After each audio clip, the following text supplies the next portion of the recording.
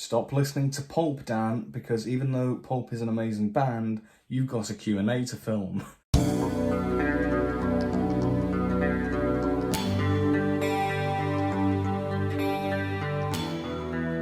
everyone, Dan here, and welcome to my either last video of 2024 or the first video of 2025. I'm recording this on New Year's Eve of 2024. I'm not exactly sure when the video will be up, so if it's not up by 2025, hello, we're still in 2024, but if it is up by 2025, Happy New Year! So to either round off or begin the year, I still don't know, I'm going to be answering some questions that you asked, that I said to ask because I was doing another Q&A, as I tend to do at New Year's and whatnot, so let's get cracking. The first question is, any New Year's resolutions or goals for 2025? I'm not the best with New Year's resolutions. I think the whole thing of, people say, oh, I'm going to go to the gym and I'm going to start eating not fat foods and whatnot. It doesn't last past the first week of January, so what's the point of even saying that, I think with my, I suppose, New Year's goals and resolution, to me, it's more so carrying on where I'm at now and just kind of evolving. I don't have a set end goal, but it's more so just improving what I'm doing at the minute. That's more so for me. So, stuff with like creative projects that I do, so obviously YouTube and whatnot, filmmaking stuff, acting stuff and whatnot. Goals and resolutions is more so for me to keep on pursuing those and evolving and, improving my skills with those.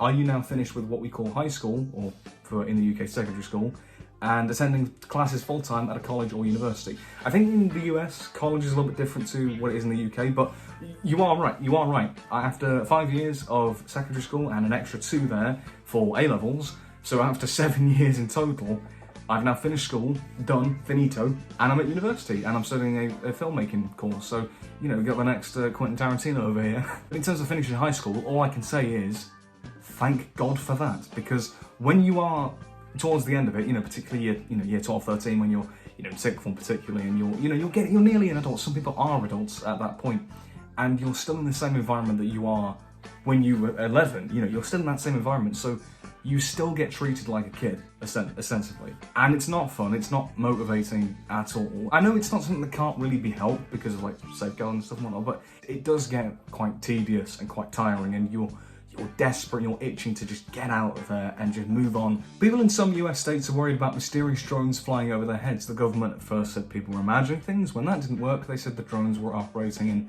compliance with the law. Are there any such mystery drones flying over the UK? None that I've seen, mate. I don't want to come across as a smart ass, but I'm just not very, I'm not informed enough to really give an answer on that. On Times Square in New York City, they drop a glowing ball from a tall building at midnight. Here in Prescott, Arizona, they will lower a cowboy boot from atop the Palace Saloon and Whiskey Row and shoot off fireworks. That sounds really cool, by the way. That is really cool.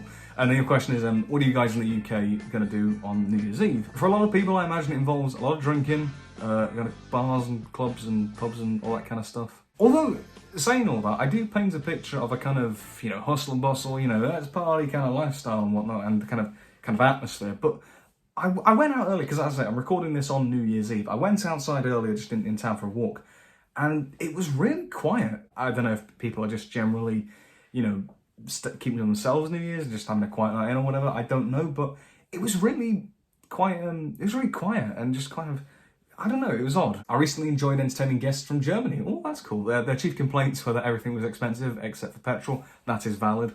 And it was too hot here, even in October. And the question is, do you think you'll ever visit the US? I have visited the US about 2 years ago now. I went to New York and I loved it. I loved visiting it. I loved that kind of atmosphere, this big city that you see in all these films and whatnot. And seeing all these landmarks, like Times Square, when it's all lit up at night and whatnot, and Central Park and Broadway was, it's all really, really cool stuff. I had a blast visiting it, and I love taking in that atmosphere. And certain things, I suppose, maybe if you live there, you may take for granted, but to me, it was kind of cool to see. So something is kind of, it probably sounds really stereotypically touristy, but even, in like those little hot dog stands, even buying like a hot dog from there, I don't know why, but that was like really cool, because I'd seen it, you see it in like movies and such. And seeing it in the flesh, so to speak, I don't know, that was really cool to me, even though that's probably something is kind of just commonplace in America. Next question from Toby Coleman. First of all, Merry Christmas and a Happy New Year. Merry Christmas and a Happy New Year to you. And the question is, what's your go-to musical theatre song and why? And mine's probably Defying Gravity, though Dancing with Life is also up there at the moment. Yes, I did love the Wicked movie, and so did I. I'm really glad that you brought that up because I probably won't do a review of Wicked. I did talk about it briefly on the Double Feature podcast, even though we didn't focus on the film. But the long and short of it is that I bloody loved it. I thought, because I've never seen the stage show, so I was kind of going into it blind and mainly knowing it from like the original Wizard of Oz film from the 30s. That's kind of mainly where I knew it from and whatnot. But the long and short of it, I loved it. I thought it was so, unashamedly bonkers and madcap and outrageous and bombastic and just fully confident in what it is and just excelled in the story. Great story, great acting, great songs, great production design with all the sets and the costumes, and it's very visually stimulating film, very imaginative and vivid, and it's just a treat. I mean, Defying Gravity would definitely be up there for me because it's an amazing song. It's absolutely brilliant. But in terms of like a go-to musical theatre song, I think for me this will be more so songs that I listen to a lot, and not really like ones I sing, because if you don't want like a go-to karaoke song, for example, you're more, for me anyway, I'm more likely to sing like a pop song that people kind of know, because musical theatre is kind of niche and not everybody will know songs from musicals and whatnot. But as for ones that I often listen to, it'll often be from shows that I've done. So stuff like Grease is obviously the Frankie Valli title song, and Summer Nights is always that's a really good one to do karaoke, to be fair. You Can't Stop the Beat from Hairspray, I often listen to that. It's a really great like sort of finale number, very upbeat, very just a big upbeat number, ensemble number that is a really fun one. I don't know if I can pick like a single song.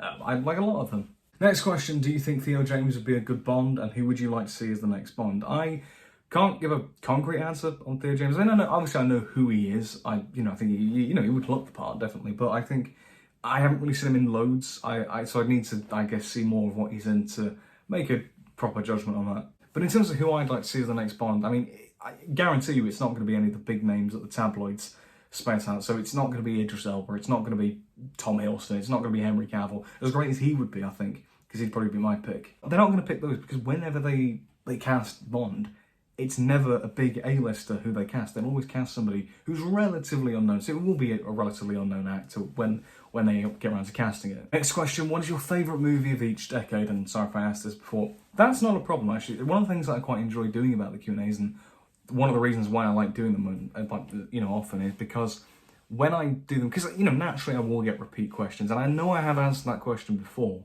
but what I enjoy doing is that I can go back to these questions and I can see how my opinions have changed and whatnot, because they have changed from previous times that I've answered them. So we'll answer that question. So I'll go from the 1920s to the 2020s, I suppose. Okay, I'll move over here so that I can put the posters there. So for the 1920s, I will go with Sunrise, A Song for Two Humans. I think I've said that before, but I'll still go with that. For the 1930s, I will go with City Lights, the Charlie Chaplin film. Fantastic film, probably my favourite silent film. For the 1940s, I'm going to say It's a Wonderful Life. I adore that film, and I have ever since I watched it. But two films from the 40s that I've seen this year, Best Years of Our Lives and The Red Shoes, are possibly in contention because they are phenomenal films, those two are. For the 1950s, I'm going to say 12 Angry Men, which I watched for the first time this year. Absolutely adored that film. A damn near perfect film, that is. For the 1960s, this is a tricky one. I think I'm going to say The Graduate for the 1960s, the Mike Nichols film. I've always really loved this one. It's really kind of a film I'm very fascinated by. It's one that kind of stays with you. So I'll say The Graduate. For the 1970s, I know I've said this before, but I'll go Ridley Scott's Alien. I think for these next few, a lot of them are kind of similar answers. 1970s, I'll say Ridley Scott's Alien, another damn near perfect film. For the 1980s, my favourite movie, Ferris Bueller's Day Off. For the 90s, I'm going to go, this is a bit of a different one, I'm going to go Goodfellas for the 1990s. Either that or The Sixth Sense. I'm torn between those two, but it will be between those two. For the 2000s, it'll be Shaun of the Dead. For the 2010s, it'll be Whiplash. And for the 2020s, Everything Everywhere All at Once. Those ones haven't really changed. It's more so the early ones that could then be changed and switch around. Okay, next question. If you could bring 5 films to a deserted island, what would they be? And please don't resort to just your 4 favourites, please. So obviously 4 favourites, like Letterboxd 4 favourites. I honestly wasn't planning on doing that because my 4 favourites are like, the main ones like Ferris Bueller's Day Off, Whiplash, Everything Everywhere. Partly the reason as to why they are favourite films of mine is because of when I watched them. So, for example, Ferris Bueller, watching that in COVID, and the whole message of that film was like living your life to the full, and like the whole thing that inspired me about it was that when lockdown is done, you're going to go out there and live your life, and that's the reason that it's a film that's connected with me so much. So I think if I had that as one of the only films that I could have, and I rewatched it constantly, it would kind of lose a bit of that magic. And I think the same with Whiplash and Everything Everywhere. Like those two, I've only seen them once, although I do plan to rewatch them very soon. So for this question, I'm going to pick films that I have either rewatched a lot and don't get tired of, or films that I could see myself rewatching quite a lot. So the first one that I immediately thought of was Shaun of the Dead. I've mentioned that a lot, obviously, but to me, yeah, it is probably my most rewatched film out there. I can watch it anytime. I love the Britishness of it. I love the kind of parody of genre and narrative. I love Shaun and Ed. I just love the humour, the heartfelt moments. It's got everything, and I never tire of rewatching it. It can be morning, afternoon, it can be 3 o'clock in the bloody morning, and I still love it. Another one that I always rewatch, and actually I rewatched last night, Cars, Pixar's Cars. I've mentioned it before, but Cars was very much like a child, like it was my childhood film. It was like that film that you're obsessed with as a kid. That for me was Cars, and I never tire of rewatching it. I always love it. The emotional, I find it emotional, kind of in like a nostalgic way, because it obviously reminds me of childhood. But I think the whole theme of nostalgia is in that film, with the kind of American nostalgia and just the kind of wholesome nature of the kind of, Lightning becoming less of an arsehole and becoming more caring of those around him. It's nice, and it's wholesome, and also the racing scenes are really exciting, and I love it to bits. There's some other ones. I think It's a Wonderful Life, and I mentioned that obviously with the favorite, another favorite of mine, but I think again that's one I rewatch every Christmas, and it's another one, it's a feel-good film. It does make you feel good. It makes you feel happy about life and those around you and whatnot. It's an amazing film, and I think even though it is a Christmas film, it's not, you can watch that film at any time of the year, because it's not strictly a Christmas film. It only kind of becomes a Christmas film towards the final act, really. Another classic film that I don't think I've talked about this film yet on the channel, but you will see it in the end of year film ranking, Singing in the Rain. I've watched that for the first time this year, and we got, you gotta have a musical here, and this is probably the most joyous. It's pure like joy and happiness just put into a film. It is just a joy to watch, and it just puts a smile on your face, and amazing song and dance numbers. It's a movie about movies, so I enjoy that element to it, and it's perfect, isn't it? I've got one more. This is a tricky. I've got a few in mind, but I'm gonna go with Goodfellas. Actually, I know I've mentioned that obviously with the the favourites of the decade and whatnot. I love Goodfellas. Obviously, it's a technically speaking perfect film. The filmmaking and the acting and the storytelling is so compelling and interesting. There's so much to analyse with that from a technical level. But I connect with that film in a really kind of a personal way. Obviously, I'm not part of the mafia. I don't like, Henry Hill is literally me. Not in that way. What I think is genius about that film is how it reflects certain feelings and emotions that anybody can connect with, even if it has got a mafia gangster skin on it. The feelings of a rags to riches kind of story where you can get it all and then it all crumbles eventually. Where you can have everything that you want, but if you make the wrong choices and you hang around the wrong people, it can just crumble like that. Even though probably most of us won't be in the mafia, you can still relate to that, depending on how your life has gone and whatnot. And I think if you're on a desert island as well, you'll appreciate the kind of whole, you lose everything, as Ray Liotta says at the end of the film, I gotta live my life like a schnook. And I think you kind of appreciate that as if it was like one of the only films you had on a deserted island. And also as well, I can rewatch it any time. It's not one of those films like The Godfather where I have to really focus on it. I can rewatch Goodfellas anytime, really. It's very easy watch for me, even if it is, violent and takes place over several decades and whatnot. I adore that film. And the other question from Alex Manning, what is your opinion on the band They Might Be Giants? I genuinely, before you asked that, had never heard of them, so I will give them a listen. But I've never listened to them, I've never really heard of them, so I can't really answer that question. I'm more of if you're talking about music, I'm more of a Four Seasons, Clapton, and slowly becoming a Pulp fan.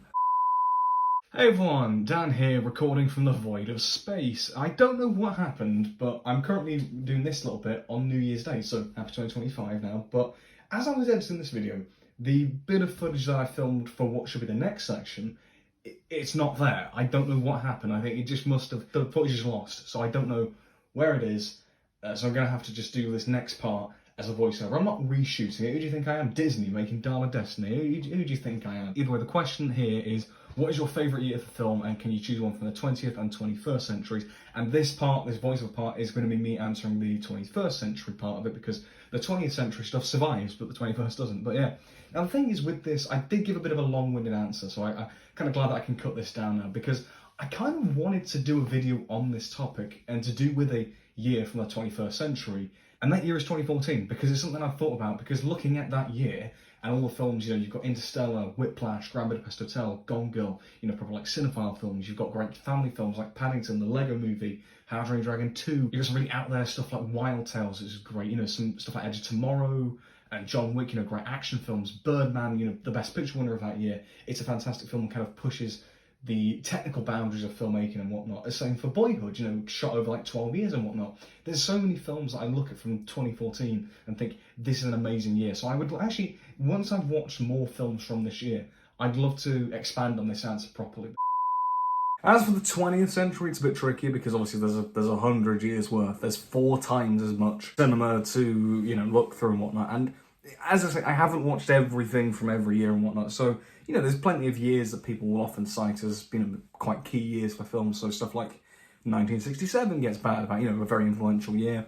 1994 often gets batted out. 1975 and 6 I often hear, you know, and they're all valid, but I'm just going kind of from, you know, what I've seen and what I kind of, again, not just the quality, but also the variety. So for me, and this is subject to change, but I have picked 1989, I think, because, as I say, plenty of quality films from that year. You know, you've got, you know, plenty of iconic films like Dead Poet Society, Do the Right Thing, Bill and Ted's Excellent Adventure. But you've also got plenty of like feel-good films like When Harry Met Sally is one of my comfort films, and Kiki's Delivery Service is amazing. Indiana Jones and the Last Crusade, the best of the Indiana Jones films. And then you've got like franchise films, so like Indy 3, you know, Last Crusade, best of the franchise. You've got Back to the Future Part 2. You've got License to Kill, one of the best Bond films of them all. I'm not too big on it myself, but National Lampoon's Christmas Vacation, my parents love that film, and it's obviously an iconic film. And also a lot of, you know, kind of landmark films that kind of have influenced a lot of films that we get now. So, for example, the Tim Burton Batman film with Jack Nicholson's Joker, that came out that year, you know, kind of was one of those early films that really defined like the formula for a lot of superhero films that we get even now, you know, very influential. And if you want to talk influential, The Little Mermaid, you know, kind of redefined what Disney was, you know, as like, you know, it's like, you know, the Howard Ashman and Alan Menken music, the, you know, it kicked off the Disney Renaissance of the 90s with The Little Mermaid, you know, and it's such an influential film. Next question, what's a film you're dying to show friends for whatever reason? I kind of think of this as like what films I'm going to recommend to people, and for me at the minute, I've been recommending The Holdovers to a lot of people. Obviously, it's a, you know, Christmas sort of drama that came out in 2023, got a lot of awards buzz at the beginning of the year, and I only got around to watching it a few weeks ago for this Christmas, and I absolutely adore it. I love its sense of humour. The kind of it tackles pretty dark stuff. The characters are in kind of dark places, but it has a great sense of humour to it, and it balances it so well. And also like the retro aesthetic, you know, because it's set in the 70s and it's made to look like a film from the 70s. And not just like the grainy filter or the retro text cards at the start, but also stuff like, you know, certain techniques, like a lot of the crossfades are very prolonged, like a lot of older films were, and, you know, stuff like, you know, zoom-ins and whatnot. It's kind of reminding me of like The Graduate, you know, of a film sort of that era. It's kind of like, you don't see those kind of techniques in a lot of films nowadays, so it adds to that retro aesthetic. And I've recommended that film to quite a lot of people because it is obviously, it's an amazing film. I think it's one that anybody can enjoy, really. It's not like you know, it's not like Kinds of Kindness, which I watched recently, which, even though I really liked it, there is not a single person that I know that I would actively recommend what I'd watch that film, because it's such a weird, out there film. Holdovers is one that I think anybody can enjoy, really. Do you think Jodie Whittaker should have gotten a Doctor Who Christmas special, or do you think the wait was worth it? I'm kind of 50-50 on this. I think on the one hand, I miss the Christmas specials. You know, I wish that Jodie got the chance to, and you know, she has that kind of, you know, light, bubbly personality, so I think she would have been suited to the specials. But then saying that, on the other hand, when we got to the Russell era, you know, that was one thing I was really looking forward to, is the return of the Christmas specials. And, you know, Church on Ruby Road, I really enjoyed. I was really anticipating that, and I really enjoyed that, although Joy to the World, not so much. But that was other factors, like, you know, other things on TV, plus it wasn't an amazing story in my book. And as much as I really enjoyed the Christmas Day slot, I think there is kind of a stigma with them that they have to have a lot of the Christmassy stuff in them. I mean, maybe less so nowadays, but back sort of Davies and Moffat, original Moffat era and whatnot, back then, there was this kind of, you know, they had to have like, you know, killer Christmas trees, exploding baubles, Narnia, Santa Claus, you know, they had to have these kind of Christmas elements kind of shoehorned in. And it wasn't really until the sort of end of the Capaldi era, and obviously I think the recent ones, where the Christmas element hasn't been as pronounced. But I kind of dread some of the things that you would have got with a Jodie Christmas special, like a Chibnall written special. Any plans to update your old Wallace and Gromit ranking? Oh yeah, that Wallace and Gromit ranking video from like 5 years ago that is one of my most viewed videos for some reason. I don't know why. I probably won't do a full updated ranking video. I may do a video talking about Avengers Most Foul, because obviously, you know, the new one. I may do a video like review of that film, but what I will do now, actually, I will give you my updated ranking here. It'll be quick fire, but I will give you a little updated ranking, you know, because my opinions in that video have changed drastically. So here is my, as of 2025, updated Wallace and Gromit film ranking. All 6 of them ranked. Here we go. Number 6, Matter of Life and Death. Still fantastic, still got great gags, like the baker-like girl, but I think it's kind of this oddity coming after Were-Rabbit, and it was the one that I felt like I think was bringing the least to the table, but I still love it. It's still charming, it's still greatly animated, and it's kind of dark, probably the darkest of the series and whatnot, but it's brilliant. Number 5, I've got A Close Shave. Again, I love it, got great action scenes, great antagonist. It introduced Shaun the Sheep, which is forever amazing. But being the 3rd short film in a row in the span of about 6 years, it didn't feel as fresh as Grande Out and Wrong Trousers. Number 4, I've got the feature film Curse of the Were-Rabbit. I think this is fantastic. I think it's got so many great quotable lines and, you know, great characters and great antagonists. I love Victor Quartermain, he's a great villain. And it's just a great fun parody of like a, you know, traditional kind of classic horror monster movie and whatnot, but for kids. And it's just a great, you know, great film, and I absolutely love it to bits. Number 3, I'm going to put the recent Vengeance Most Foul, which I think, again, you know, like Curse of the Were-Rabbit, you know, kind of really brought, you know, kind of a big scale to the Wallace and Gromit universe in a way, you know, kind of added these higher stakes. And I think the returning of past elements like Feathers McGraw and like Macintosh from Were-Rabbit, I think kind of helped to really tie these films together in a really satisfying way. Second place, I've got the original A Grande Out. I know it's probably objectively not as good as some of the other ones, but, you know, with the technical stuff, but there's something so charming about this 20-minute little short about this inventor and his dog going to the moon to get some cheese, and there's an evil like dishwasher robot thing, and it's just so charming, and I love it to bits. But at number 1 is The Wrong Trousers. It takes everything that Grande Out does, refines it, improves it, you know, amplifies all the positive elements, you know, really improves the storytelling. You know, the antagonist is fantastic, so creative with the train stuff at the end. It's phenomenally creative and just instantly iconic, and genuinely one of, not just the best Wallace and Gromit film, but one of the best short films ever made, and one of the best animated films ever made. It's perfect, genuinely perfect 30 minutes of storytelling. It's phenomenal. Finally, what do you plan to watch next year, whether it's movies or TV shows? Well, I definitely will be watching Doctor Who Season 2, but in terms of movies that I want to watch, I'm not going to do a thing like I did last year where I said that, you know, I'm going to watch the Godfather trilogy and 2001: Space Odyssey, because in fact I didn't get around to watching 2001. I started, but it was like 11 o'clock, and I was like, there's no way I'm going to be able to focus when it's like past midnight. But I did watch the Godfather trilogy, and overall, first film is objectively flawless, but I don't adore it as like, I don't think it's like the best film ever made. It was a little smidge disappointing, but it's because there's a lot there. Godfather 2, I think, is miles better. I think it's the best of the trilogy. I love the dual narrative. I love seeing the Vito character as, you know, younger, and his rise to power. It's so compelling. And then, you know, how Michael Pacino's character, he, you know, continues to go down the road, and the kind of breaking down of his relationships, and how ultimately lonely he ends up being at the end, and just kind of how he loses pretty much everything in his life. I think it's so compelling. And then the third film is just pointless. But either way, in terms of movies, there's so many films that I still haven't, you know, even though I try and watch a variety of different films, you know, from all different eras and countries and genres and, you know, styles like live action, animation, all that stuff. There's so many iconic films that I still haven't watched. I still haven't watched Forrest Gump. I still haven't watched the Lord of the Rings films. I still haven't watched Shawshank Redemption. 2001, I still haven't watched yet. I mean, here, if I just like pan across, I've got a little sort of ever-growing Blu-ray shelf here. You know, there's some films on here that I haven't seen. Stuff like Midnight Cowboy, which I haven't seen. Blowout. In the Mood for Love, Time Bandits, 400 Blows. You know, so many classic films. Sound of Music, I want to watch. Bridge on the River Kwai, I want to watch it. And with that is the final question, and for the foreseeable future, that is probably the final Q&A video I'll be doing on the channel. Now, I've been kind of thinking about, I was like scaling back on the Q&As. I've been thinking this for the past year, to be fair, but I feel like now I'm probably gonna not continue doing them, or at least I don't have any planned for the year ahead, or really for the channel ahead. I don't really have any planned. I may change my mind, you know, and I probably will, in fairness. But it's very much a case of, obviously, with the channel evolving and growing, I'm also looking at the kinds of videos that I make, and also, you know, I'm looking at what is worth kind of keeping, you know, so stuff like the Clacker Chronicles podcast, which I kind of ended this year.